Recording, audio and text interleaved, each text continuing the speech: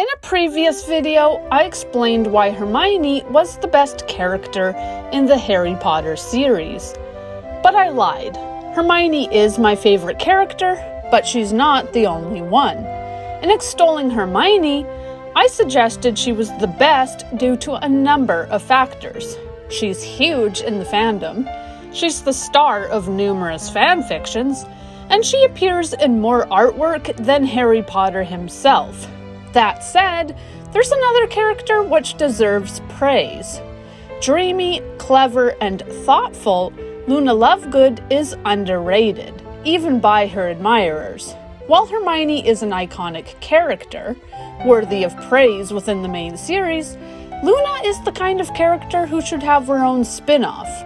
In another video, I discussed why Luna would be great as a protagonist, but in this video, we're simply examining her character by its own merits.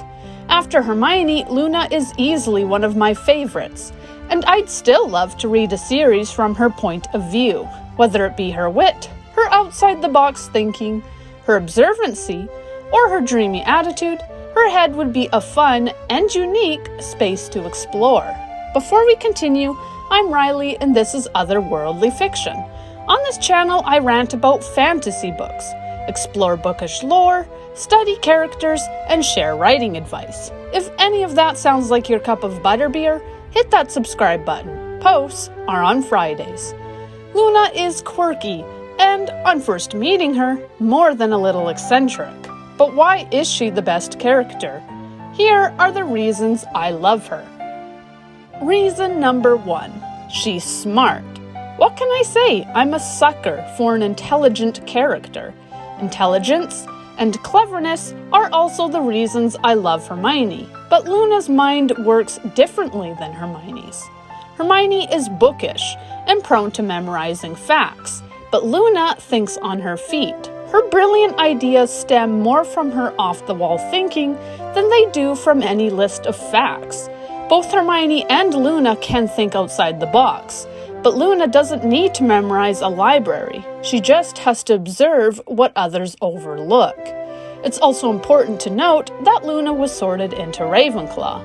While Hermione was considered for this house, bravery was considered a more prominent trait in her.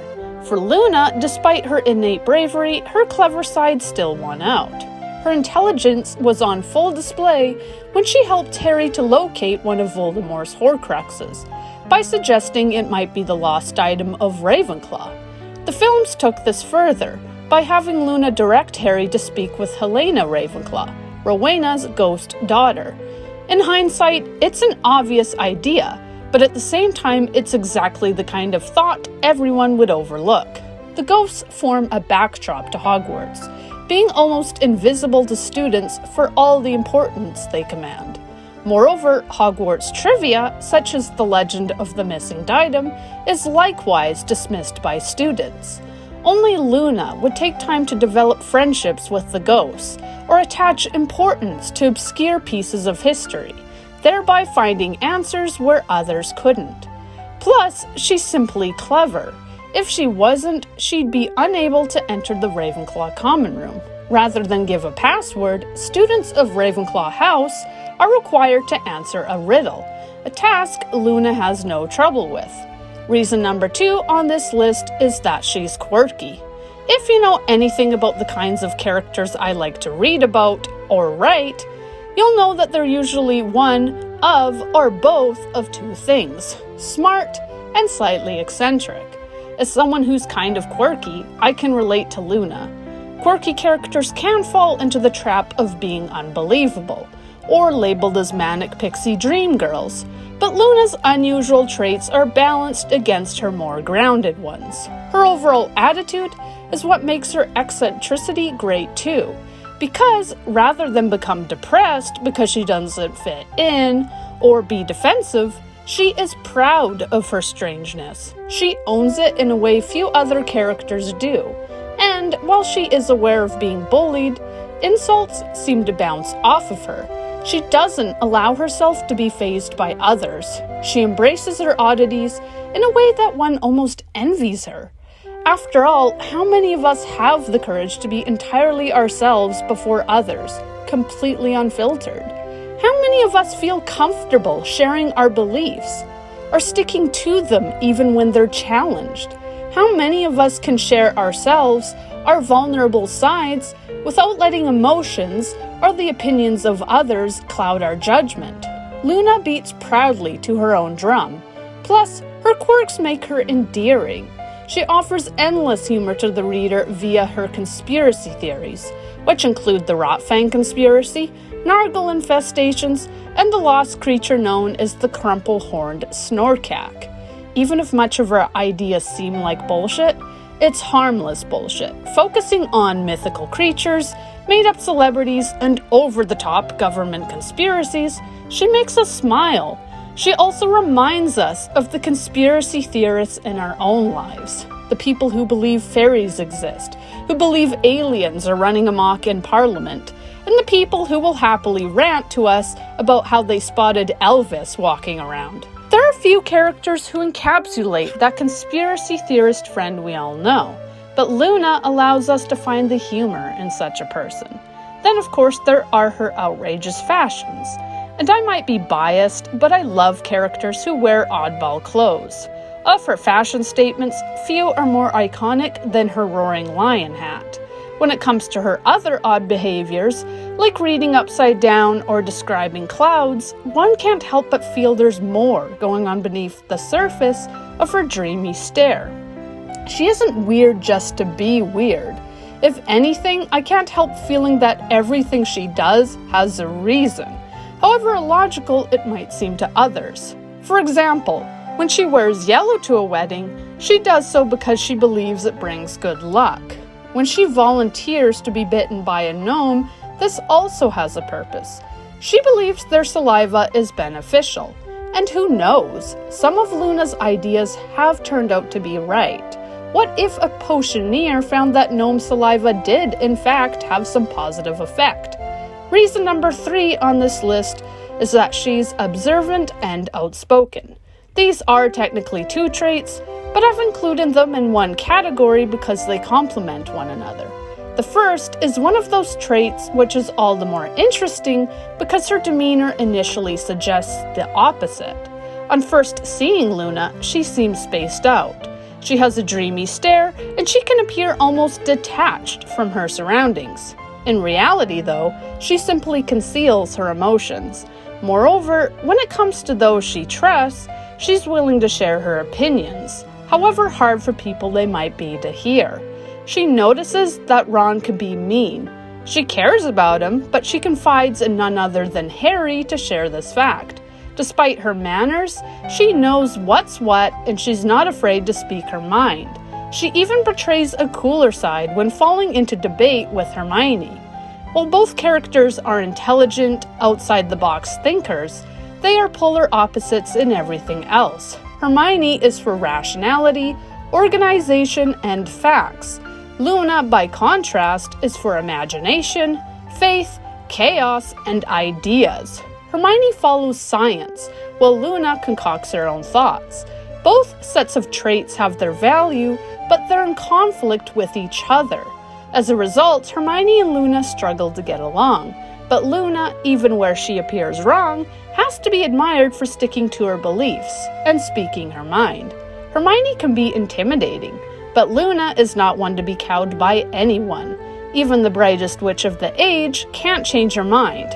Plus, Hermione can come off as rude, and it's hard not to side with Luna, even when she's ranting about gum disease, when it comes to defending her father, which brings me to my next point in her favor. Number 4, she's loyal.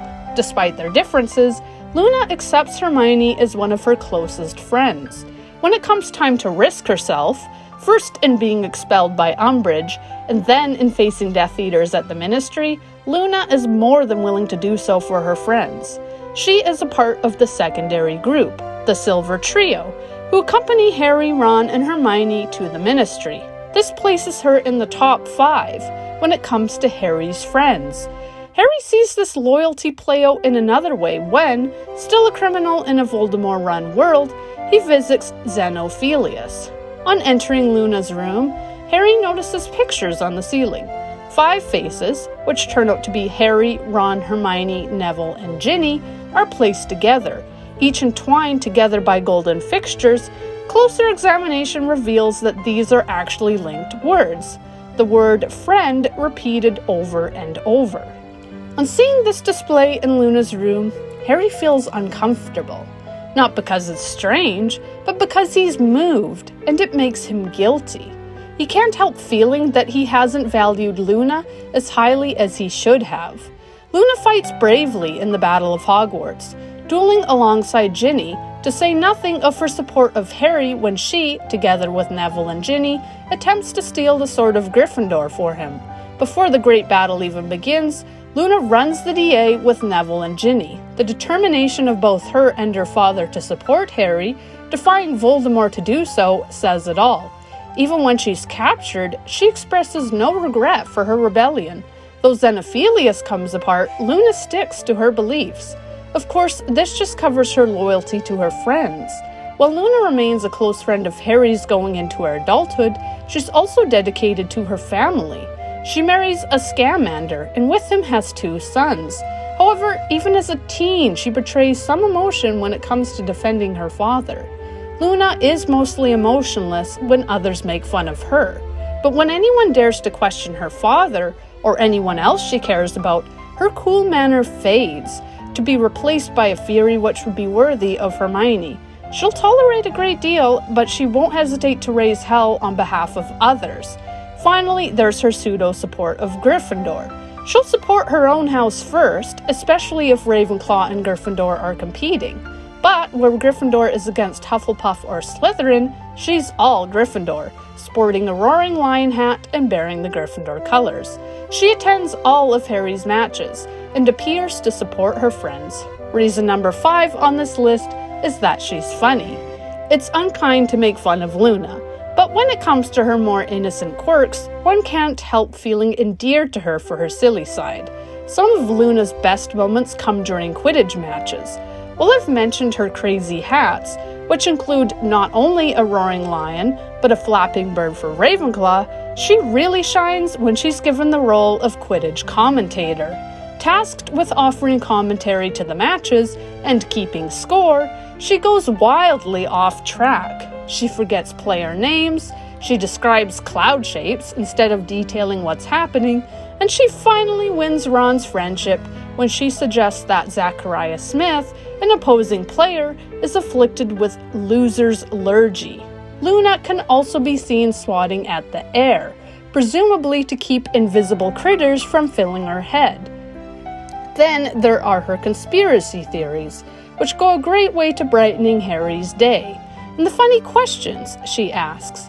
In one of his classes, Harry accidentally dyes one of his eyebrows yellow. On meeting him to attend Slughorn's Christmas party, Luna assumes Harry has done it purposefully for the occasion. Reason number 6 on this list is that she's empathetic. If other people have a hard time understanding Luna, she doesn't have a hard time understanding them. She struggles to make friends, but she has one important trait too few undervalue. She can empathize with others, particularly if they've undergone trauma. At the age of 9, Luna lost her mother. Mrs. Lovegood was killed in an accident while experimenting, and Luna witnessed the event. Though she was able to function and bond with her father, it wasn't a moment she'd ever forget. Despite keeping her emotions under wraps, she admits to Harry that, even in her teens, she still feels sad about it. As such, she's able to connect with Harry. They have both lost a mother, and they both know the pain of losing a parental figure. She's the only one who understands Harry's pain when he's reeling from the death of Sirius. It's her thoughts, her conversation, which allows Harry to come to terms with his loss, when Luna suggests they will both be reunited with their loved ones someday.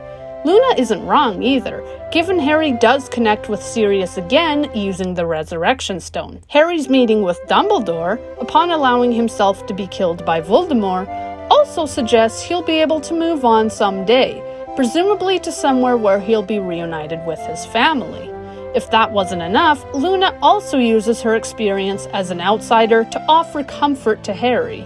Harry was never popular, even if he had his moments of being celebrated.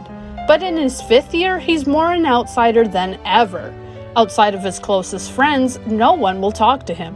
He's deluged with slanderous newspaper articles, dirty looks, and accusations. He's bullied by Umbridge, literally tortured by the woman.